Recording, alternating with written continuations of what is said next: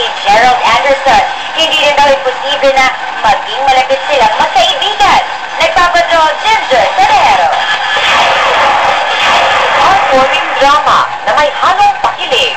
Itong bagong kwento na ihahatid ni Pop Princess Sarah Geronimo sa unang episode ng kanyang drama anthology. Aminado si Sarah, ramdam niya ang pressure. Sobrang grateful sa ABS-CBN.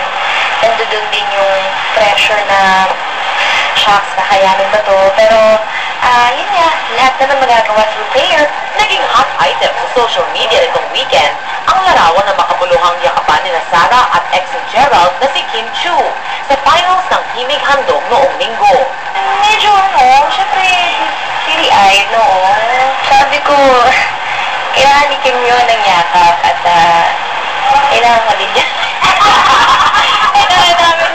Para may kita, hindi dinadali ni Sarah ang mga pinag-usapan nila ni Kim.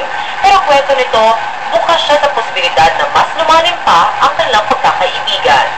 Sana, opo. Pero yung friendship, yan kailangan time talaga yan na para mapatunayan na totoo. Ayaw natin na dahil lang hinihingi ng sitwasyon or nagkataon lang. Ipapalabas naman ang first episode ng Sarah G Presents Drama Anthology sa Marso, kasama si Paolo Adelino. Ginger Manejero, Patron ng Pilipino.